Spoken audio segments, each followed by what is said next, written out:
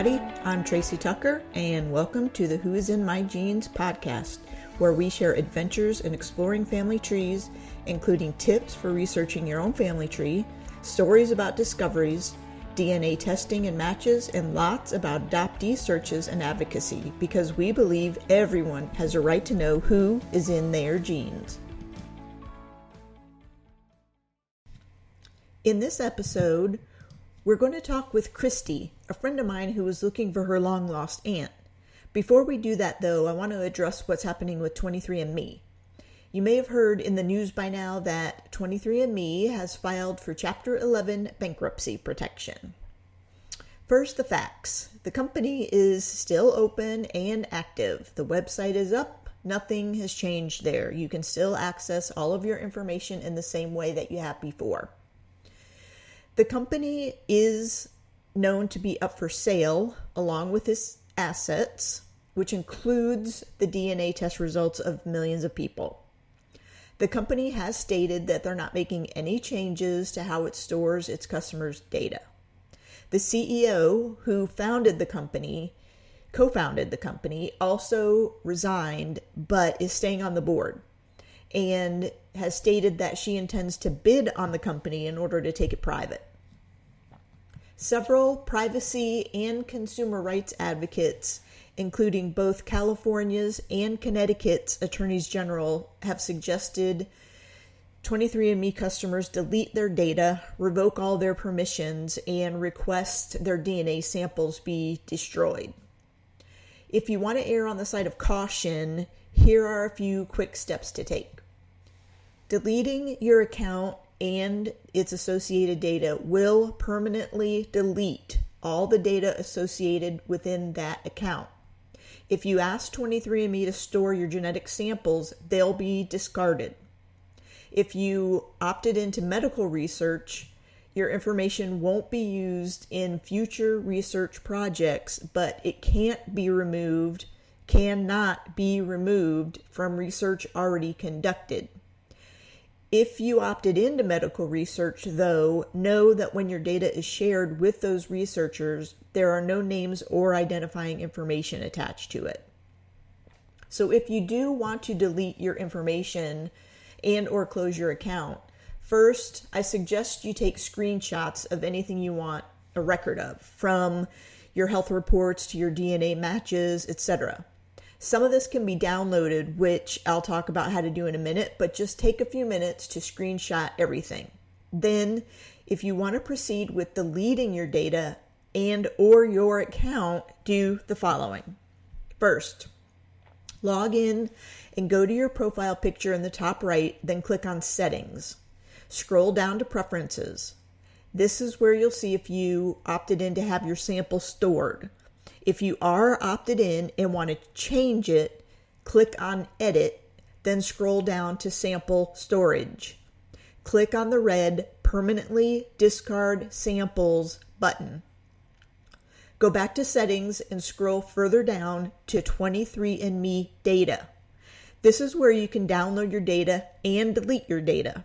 Remember, if you delete it, this cannot be reversed. Click on the View button, follow the security prompts, then decide what, if anything, you want to download for your own records. Everything is in there, including your health reports, your DNA data, your family tree, etc. If you choose to download any of this, make sure the download is complete and you have your files before you delete your account.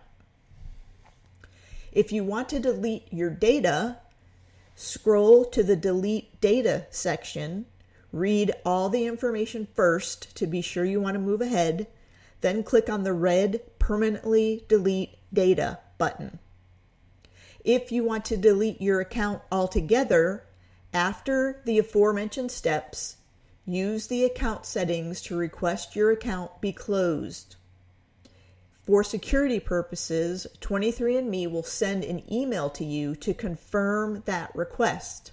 Once you confirm it, they'll begin the process of deleting your account. Again, this cannot be reversed. In absolute transparency, I am not deleting my data nor my account. Chapter 11 reorganization can take months, years even. I use 23andMe for matches, not health data, and I'm always looking for more matches. So I'm keeping everything as is. For sure, I'll be watching it closely, and should I feel under threat at any point, I will delete my information. Do what feels right for you in your situation. Now, let's get to Kristy's story. Some of this story is on our website, so if you want to read more of the details, it's called Kristy's Story, and we'll put a link in the show notes. So, Kristy is here with us. Thanks for joining us today, Kristy. I really appreciate you coming on the show and sharing your story with us. So what I want to start with is if you could tell us a little bit about this situation, how you found out about it, why you asked me for some help, and what really was going on here with this situation that prompted you to want this research done. Okay, thanks.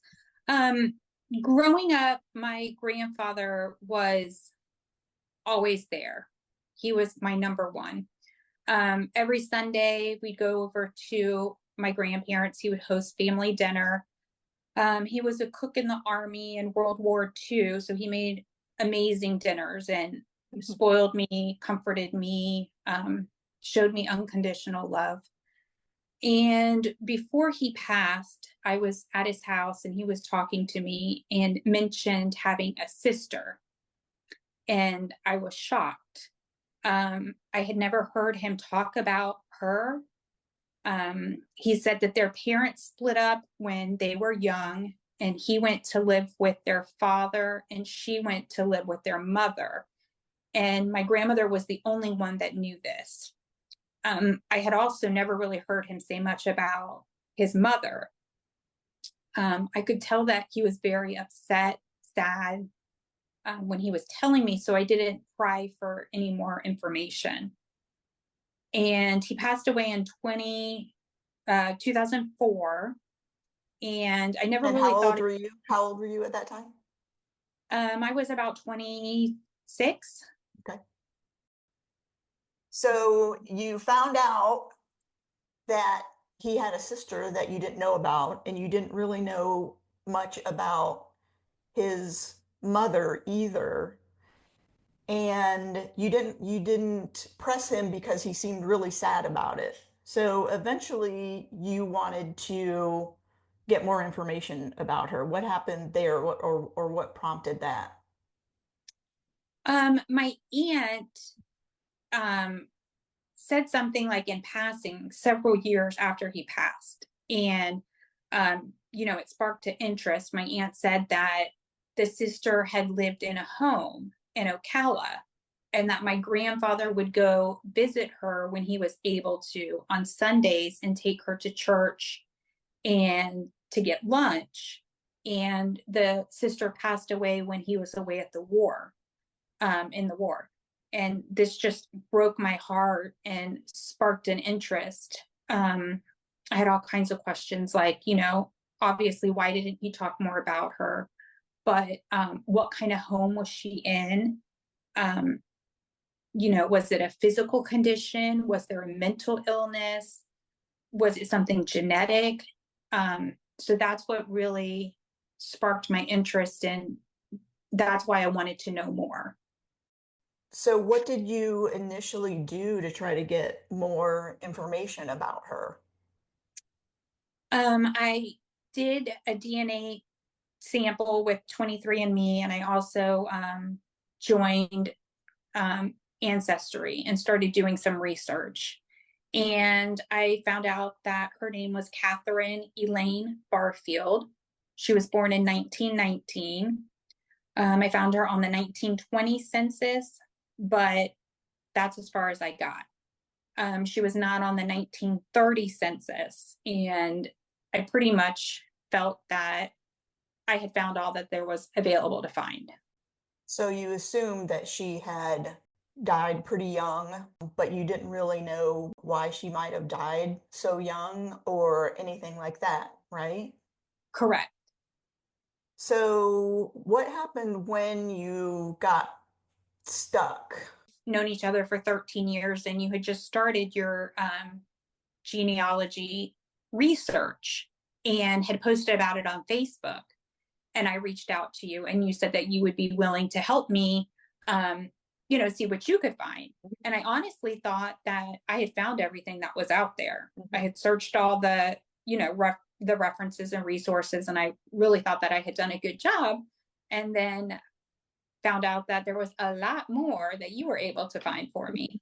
I hit a brick wall because on the 1930 census, you found that she was listed as Elaine Barfield. So she wasn't listed as Catherine Elaine. So that is why I couldn't find anything further.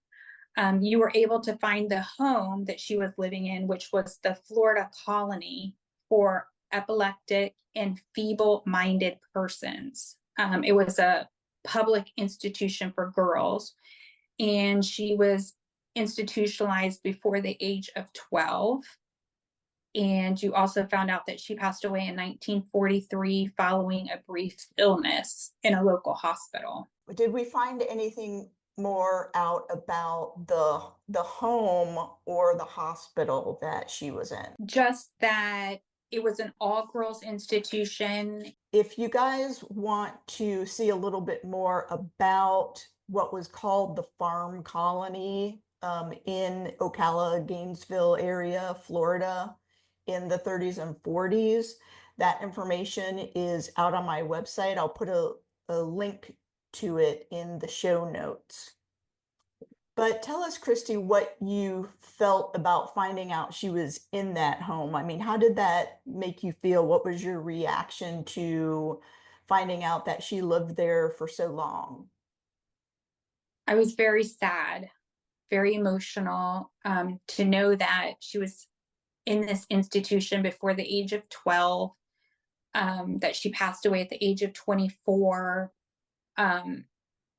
Just sad for her, and sad for my grandfather. It just broke my heart. And I know from our prior conversations that you really want to find a picture of her one day. Yeah, I And would still love more information. I would love more, yes. of course. And I know that you have been going through some things, some old keepsakes that your family had. So why don't you tell us a little bit about what you recently found from your great aunt Elaine? We recently found a postcard that was handwritten from her to her grandmother. It was post dated March 1943, and she was in a hospital in Gainesville. And it just said, "Dear grandmother, thank you for the recent letter." She said, "Thank you for the birthday cake. I enjoyed it." And then I realized that, per her obituary, she was hospitalized. She passed away in a hospital after a brief illness, and she passed away in April. So this postcard was mailed 1 month before she passed away. But it was really cool to find something that she had touched, that she had written. It was that part was really cool. And I think you told me that it was emotional for you also to actually have something that, she that was personal to her and that your family had kept all these years because, like you said, that was in 1943. I mean, that's 80 years ago now. Kristy already sent me a copy of it. It doesn't look like it's from 80 years ago. It looks Right. like somebody could have just written it yesterday. Yeah. Yeah. It's really neat to see. And, going back to her being institutionalized and wondering what her abilities were. And I mean, she wrote in cursive. She, it definitely seems that it was more of a epileptic disorder versus a mental disorder. And I would totally agree with that. We may never know for sure. Who knows? Right. Unless records from either that hospital or the home are discovered one day and are either digitalized or we happen to get in contact with the right person at the right time. We'll probably never know that, but I think it's a reasonable assumption, especially with her dying at such a young age, and the care for, people who had those types of illnesses at that time. To me, it makes sense. I'm not a doctor. I'm not a psychiatrist, and I don't play either one on TV either, so I don't know, but it's the pieces of that puzzle seem to fit together for me. And I'm hoping that, as you continue to go through those treasures that you have, that you find some more things, that will help with that. What else? I know you would love a photo of her. I know you would love more information about why exactly she was there and what she died of. What other kinds of things do you hope to find out, or would you want to find out about her and or her relationship with your grandfather, etc.? Primarily, I would like a picture just to put, the picture to the name. I would love to see pictures of her with my grandfather, any information that's out there. I wish that I had asked more questions when my grandfather was still alive. Well, a lot of people have those kinds of regrets. A lot of people do because, we don't know what we don't know. Um, And so we don't always know, what questions to ask. And we don't always know when people are going to leave us. So we don't know when our time is running out. So don't beat yourself up too much about that, because many, many, many hundreds, thousands, millions of people are in that same type of situation that, you wish you had asked more questions. What I encourage, all of you who are listening to do is, if you have older people in your family who have information that you may want someday, or maybe your kids might want someday, carve out some time to talk to them and just ask them leading questions about their life growing up, the family and friends that they remember growing up. Where are their important keepsakes, and can they share them with you now so they can explain them to you? Because we don't know when that opportunity is going to get taken away. There are lots of guides and resources out there that can help you with these types of conversations, that can help you document them, record your conversations with, your elders, so to speak, so that you can pay attention to what they're saying and not try to be, taking notes, while you're having that conversation, or make them feel self-conscious about what they're talking about. But have those conversations and get those stories out of them while you can. There are opportunities to go back and try and reconstruct the lives of people who have been lost to us. But this is a prime example of, there are probably a lot of questions here that we may never have the answers to. We have to find a way to be at peace with that. My hope for you, Kristy, is that you're happy that you found out about her. You're happy Yes. that she existed. You're happy that she and your grandfather had a relationship for as long as they possibly could. I mean, to have a regular weekly occasion together, they wanted that to happen, and that they meant something to each other, and that's why they decided to make that commitment. Why your grandfather made that commitment to seeing her every week as long as he could, to spend time with her. So she must have meant something to him. Yes. He must have loved her very much to take that time. think you told me something about something she used to say to your grandfather when she was mad at him. My grandmother, Ah, when my grandmother was upset with my grandfather, she would say, do you want me to tell them about your family to my aunt, or yes, to my aunt and my father? and you think that's because nobody really knew about his sister, right? Yes, yes. Yes. So, do you have any inkling as to why they didn't talk about her? Do you think it was they were just too sad about what happened? I don't know if maybe back then people didn't talk about health issues like we do now. I don't know if it was frowned upon for a family member to have seizures, which is, something so common now, but this was so long ago. So I don't know if it was, part, I don't want to say embarrassment, but, Private, something along those private. lines. Yeah, just Yeah, private. right. Private. I'm sure that it just broke his heart. Losing her so young that it hurt him to talk about it. To know that your beloved sister is unwell in any way, in that, that special, Sunday church trip and dinner or whatever they were doing could end, at any time unexpectedly. Like we said, they cherished their time together, and it did probably break his heart to not be able to see her anymore and know that her life was limited in some way. So, what other treasures have you found during your dig? Anything interesting that you want to share? Nothing besides the postcard, but my aunt has lived in the same house that my grandparents lived in. And so she is going through some stuff that has been packed away.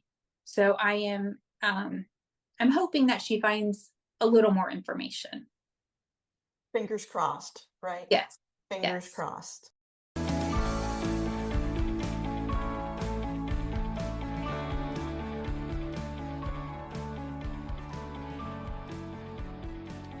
Thank you for listening to the Who Is in My Genes podcast with me, Tracy Tucker. If you enjoyed it, please give us a great review to help others find the show, and follow us to get notified of new episodes.